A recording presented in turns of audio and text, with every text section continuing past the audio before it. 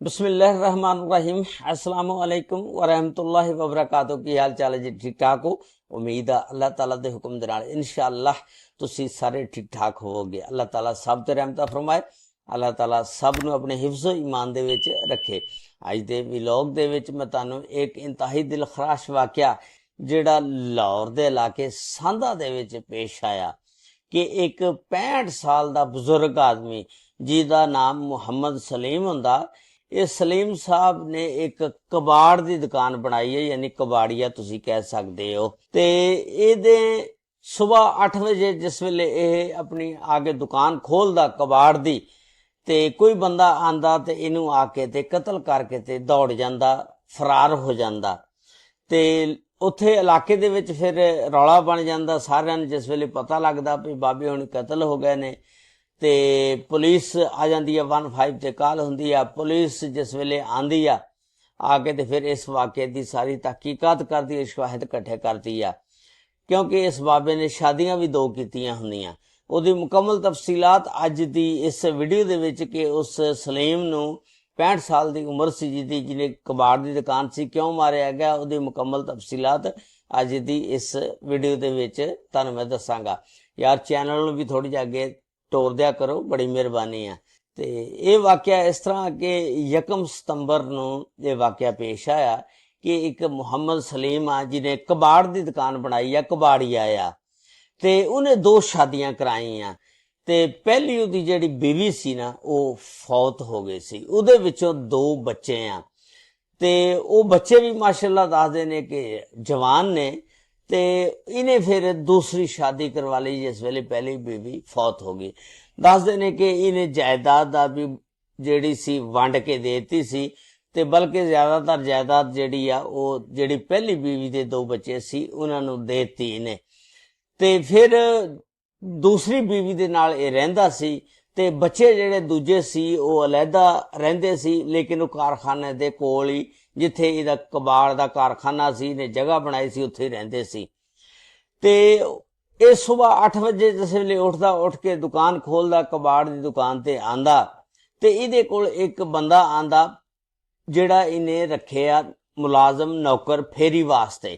ਉਹਦਾ ਨਾਮ ਹੁੰਦਾ ਬਰਕਤ। ਉਹ ਬਰਕਤ ਰੋਜ਼ ਆਂਦਾ, ਆ ਕੇ ਤੇ ਬਾਬੇ ਕੋਲੋਂ ਕੋਈ 4-5 ਹਜ਼ਾਰ ਰੁਪਇਆ ਲੈ ਜਾਂਦਾ, ਰੇੜੀ ਲੈਂਦਾ, ਰੇੜੀ ਫੜ ਕੇ ਤੇ ਫੇਰੀ ਤੇ ਜਾਂਦਾ, ਲੋਕਾਂ ਦੇ ਘਰਾਂ ਦੇ ਵਿੱਚੋਂ ਫਿਰ ਕਬਾੜ ਇਕੱਠਾ ਕਰਦਾ।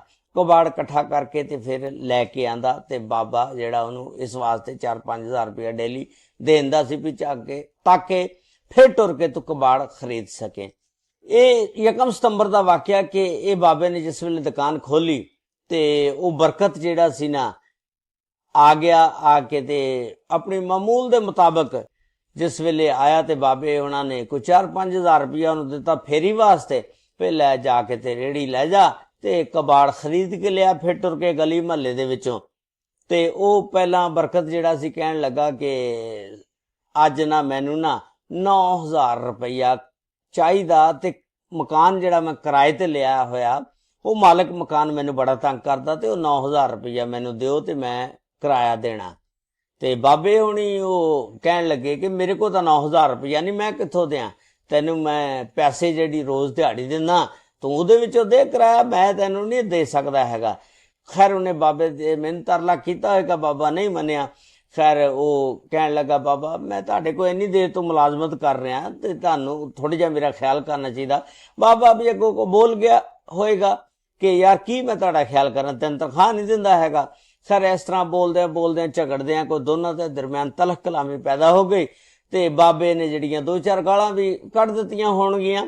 ਸੋਸ਼ਲ ਮੀਡੀਆ ਦੀ ਖਬਰ ਆ ਕਿ ਉਹ ਬਸ ਇਸੇ ਦੌਰਾਨ ਇਹਨਾਂ ਦੀ ਤਲਖ ਕਲਾਮੀ ਹੋ ਜਾਂਦੀ ਆ, ਤੇ ਉਹ ਜਿਹੜਾ ਬਰਕਤ ਆ ਜਿਹਦੀ ਉਮਰ 32 ਸਾਲ ਆ, ਮੁਲਾਜ਼ਮ ਰੱਖੇ ਆ, ਤੇ ਉਹਨੂੰ ਗੁੱਸਾ ਚੜਦਾ।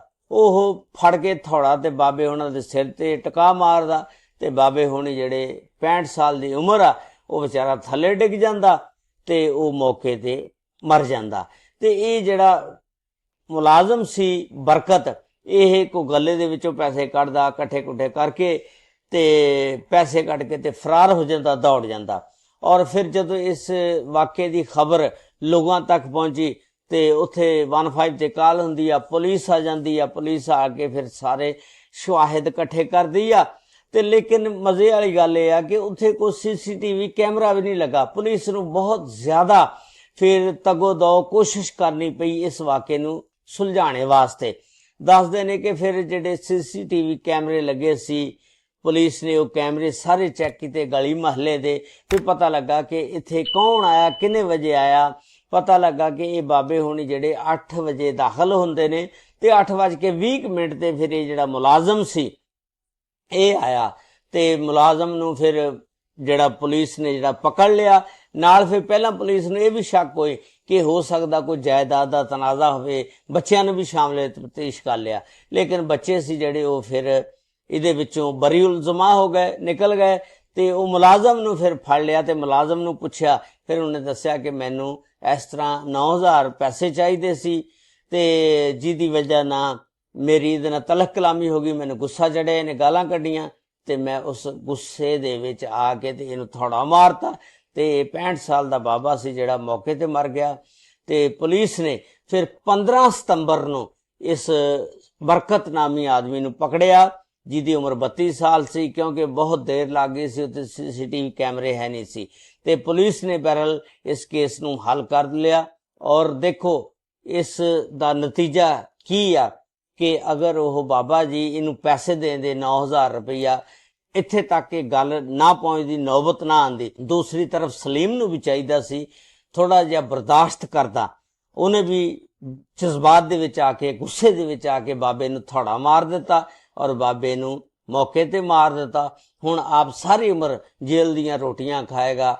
ਹੁਣ ਪਤਾ ਨਹੀਂ ਉਹਨੂੰ ਕੀ ਸਜ਼ਾ ਹੁੰਦੀ ਆ, ਫਾਂਸੀ ਹੁੰਦੀ ਆ ਜਾਂ ਉਮਰ ਕੈਦ ਹੁੰਦੀ ਆ। ਤੇ ਲੇਕਿਨ ਬਹਰਹਾਲ ਦੋਨਾਂ ਤਰਫਾਂ ਤੋਂ ਗਲਤੀ ਆ। ਮੈਂ ਤਾਂ ਇਹ ਕਹਾਂਗਾ ਉਹ ਬਾਬੇ ਹੁਣਾਂ ਨੂੰ ਵੀ ਚਾਹੀਦਾ ਸੀ, ਇੱਕ ਬੰਦਾ ਕਾਫੀ ਅਰਸੇ ਤੋਂ ਤੁਹਾਡੇ ਨਾਲ ਕੰਮ ਕਰ ਰਿਹਾ, ਜੇ 9000 ਰੁਪਇਆ ਤੁਸੀਂ ਦੇਣ ਦੇ ਤੇ ਚਲੋ ਆਪਣੇ ਘਰ ਦਾ ਗੁਜ਼ਾਰਾ ਕਰ ਲੈਂਦਾ, ਆਪਣਾ ਕਿਰਾਇਆ ਦੇਂਦਾ, ਮਾਲਕ ਮਕਾਨ ਨੂੰ ਮੁਤਮਿਨ ਕਰ ਲੈਂਦਾ। ਲੇਕਿਨ ਦੂਜੀ ਸਾਈਡ ਤੇ ਸਲੀਮ ਨੂੰ ਵੀ ਇਸ ਤਰ੍ਹਾਂ ਨਹੀਂ ਸੀ ਚਾਹੀਦਾ। ਹੁਣ ਸਾਰੀ ਉਮਰ ਉਹਦਾ ਘਰ ਬਰਬਾਦ ਹੋ ਗਿਆ, ਉਧਰ ਬਾਬੇ ਹੋਣੇ ਵੀ ਚਲੇ ਗਏ, 2 ਜਾਨਾਂ ਚਲ ਗਈਆਂ ਮਾਮੂਲੀ ਝਗੜੇ ਦੀ ਖਾਤਰ। ਅੱਲਾਹ ਤਾਲਾ ਸਾਨੂੰ ਇੱਕ ਦੂਜੇ ਦੀ ਗੱਲ ਬਰਦਾਸ਼ਤ ਕਰਨ ਦੀ ਤੌਫੀਕ ਅਤਾ ਫਰਮਾਏ। अस्सलामु अलैकुम व रहमतुल्लाहि व बरकातुहू।